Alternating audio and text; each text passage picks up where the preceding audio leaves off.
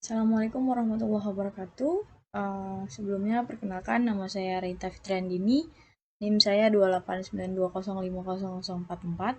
Saya dari Prodi Manajemen, saya dari semester 5. Saya dari Fakultas Ekonomi dan Bisnis.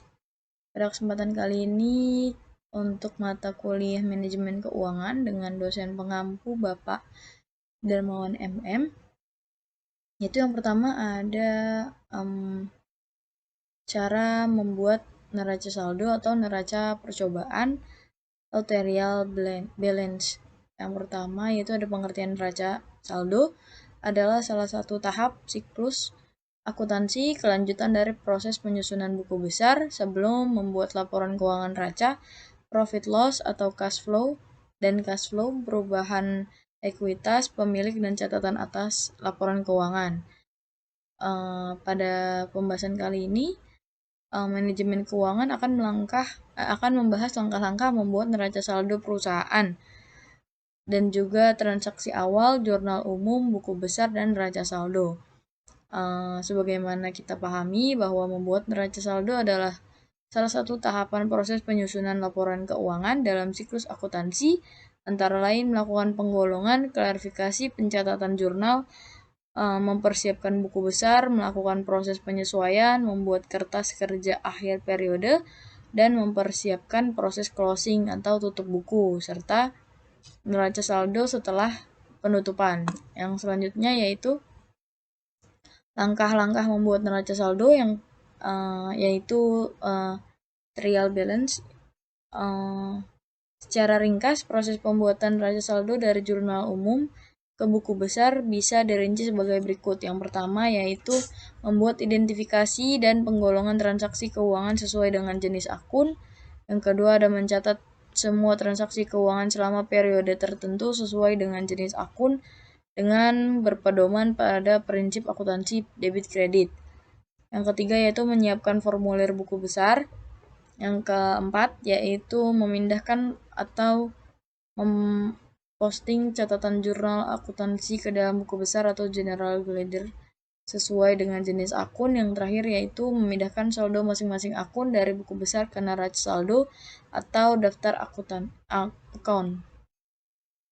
Yang selanjutnya yaitu ada contoh transaksi perusahaan jasa. Ada contohnya, yang pertama yaitu Pak Joyo membuka usaha rumahan dalam bentuk perusahaan jasa konsultasi, akuntansi, dan pajak atau kantor konsultan Joyo selama 3 tahun dengan saldo awal akun-akun yang digunakan oleh kantor konsultan Joyo per 1 Januari adalah sebagai berikut. Yang pertama yaitu ada kas 4.123.000. Yang kedua ada piutang dagang yaitu 6.725.000. Yang ketiga ada bahan habis pakai yaitu 290.000. Yang keempat asuransi dibayar di muka ada 465.000. Peralatan kantor 19.745.000. Utang dagangnya 765.000. Untuk modal Pak Joyo tersebut ada 30.583.000. Ya, selanjutnya yaitu jenis transaksi keuangan perusahaan jasa. Transaksi yang dilakukan oleh kantor konsultan Joyo selama bulan Januari 2021 pada tanggal 1 membayar sewa kantor untuk bulan Januari 800.000, tanggal 3 membeli bahan habis pakai secara kredit yaitu 2.100.000. Terus tanggal 5 menerima kas hasil pelunasan piutang yaitu 3.150.000. Yang keempat ada tanggal 8 membeli bahan habis pakai lain secara kredit yaitu 245.000. Yang kelima tanggal 9 pada salah satu bahan habis pakai yang dibeli tanggal 3 Januari rusak, barang tersebut diretur dan mengurangi utang seharga barang tersebut yaitu 325.000. Jadi pada tanggal 12 untuk membayar utang pada supplier yaitu 1.250.000. Selanjutnya yaitu pada tanggal 17 membayar perpanjang asuransi properti dengan masa perlindungan 6 bulan, yaitu 370.000. Pada tanggal 20 diketahui saldo akun kas dan utang per tanggal 1 Januari kelebihan catat sebesar 200.000. Hal ini karena ada pembayaran 200.000 belum dicatat. Pada tanggal 24 membayar tunai untuk beban konsumsi yaitu 545.000, dan pada tanggal 27 membayar tunai dari rekening perusahaan untuk keperluan pribadi dan pengeluaran keluarga pemilik yaitu 1.250.000.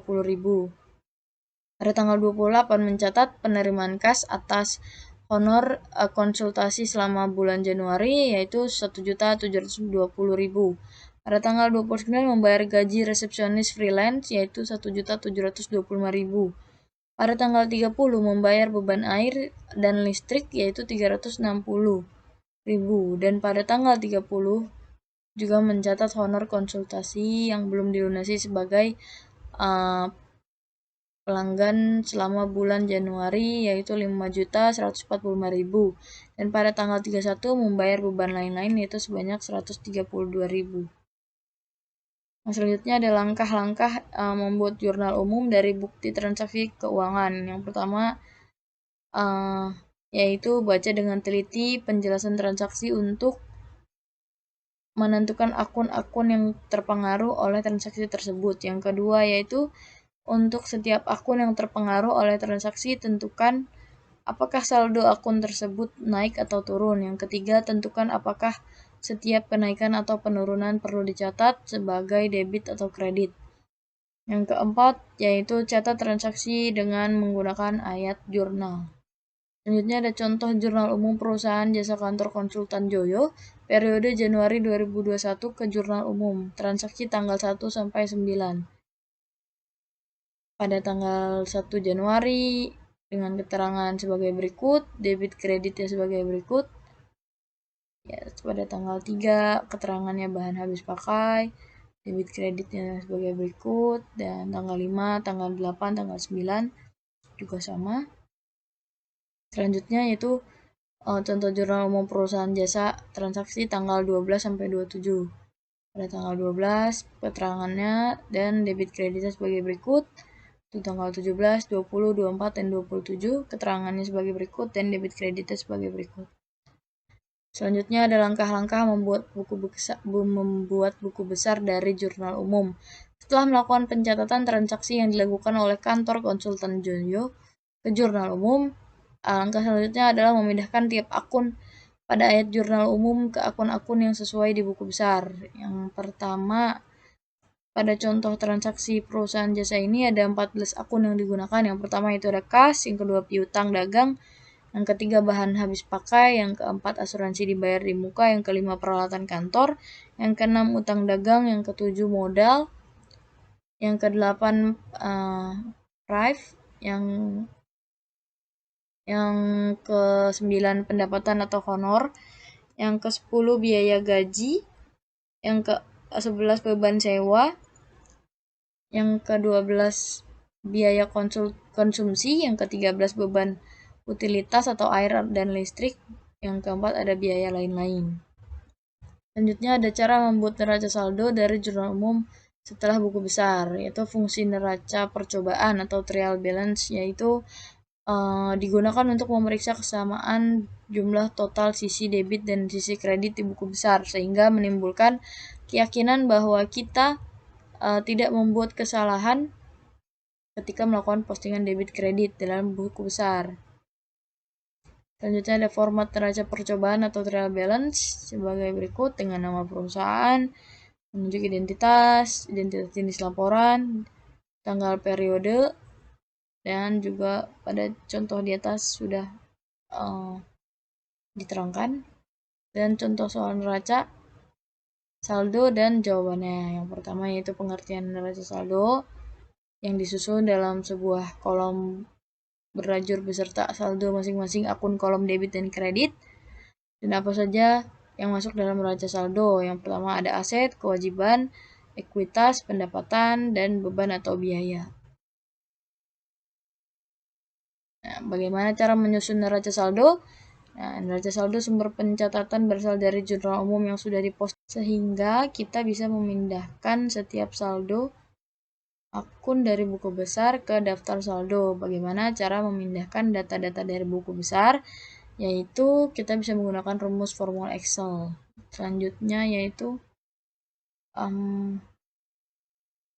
kesimpulan tentang cara membuat neraca saldo, yaitu adalah salah satu tahap penyusunan laporan keuangan akhir periode, dan juga salah satu fungsi penting dari neraca saldo adalah untuk memeriksa kebenaran postingan atau pemindahan saldo-saldo akun di buku besar. Dan secara ringkas dapat dijelaskan bahwa cara neraca saldo ada 5 langkah yang harus dilakukan. Yang pertama yaitu lakukan analisis transaksi-transaksi keuangan perusahaan selama periode akuntansi, catat hasil analisis transaksi ke jurnal umum dan jurnal khusus, membuat buku besar akuntansi atau general ledger, dan pindahkan atau posting pencatatan transaksi dari jurnal umum ke buku besar. Yang kelima ada pemindahan atau posting nama akun dan juga posisi debit kredit dan jumlah saldonya ke neraca saldo atau daftar saldo. Secara singkat, bila ingin memperoleh template Microsoft Excel, neraca percobaan atau trial balance yang sudah jadi, silakan ke Accounting Tools. Nah, sekian dari saya teman-teman semua. Mohon maaf bila ada salah-salah kata. Assalamualaikum warahmatullahi wabarakatuh. Terima kasih.